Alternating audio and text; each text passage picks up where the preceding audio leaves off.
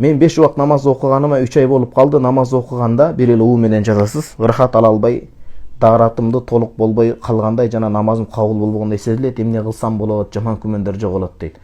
Сиздин намаз окуганыңызга Кудайга шүгүр эми. Баштапсыз, Кудайым бекемдиктин насип кылсын. 3 ай аз да. 3 ай аз. Адам каныгыш керек, көмүш керек. Сиз токтотпой аракет кылсаңыз, токтотпой эле окуй берсеңиз, даамы өзү келет.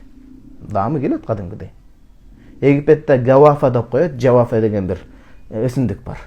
Биринчи келген адамдар биз ошону сунуштайбыз да, мына ден соолукка пайдалуу, витаминге бай, мында ферум бар, башка бар деп сунуштасак, жеп алып Кыргызстандан башкадан көнбөгөндөйүн аны жактырышпайт Жавафаны. Жавафаны биз эмне дейт экен өзү? Карап коюңуздарчы интернеттен. Жавафаны орусча эмне дейт экен кыргызча? Жавафа эле дейби?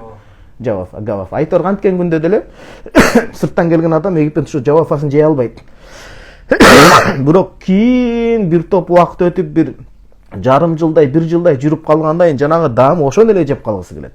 Анткени даамына көнөт, витамин ушунчалык пайдасы көп болот анын. Ошол сыңары сиз намазды калтырбай окуңуз иншалла. Бир жыл калтырбай окуңуз, бул намаз чектелбейт, бирок бир аз убакыттан кадимкидей даамын татасыз. Анан шек күмөндөн арылыш керек. Жана шек күмөндө жогоруда жооп бердик, ошону угуңуз. Дааратты 3 ирет алыш керек болду, 4-нчү иретте жууй бербеш керек. Ошондо сиз намаздан рахат ала албай атасыз. Билесизби эмнеге? Шек күмөн сизди намазды рахат алуудан тыйып атат. Ал шайтандын шапалагы ал.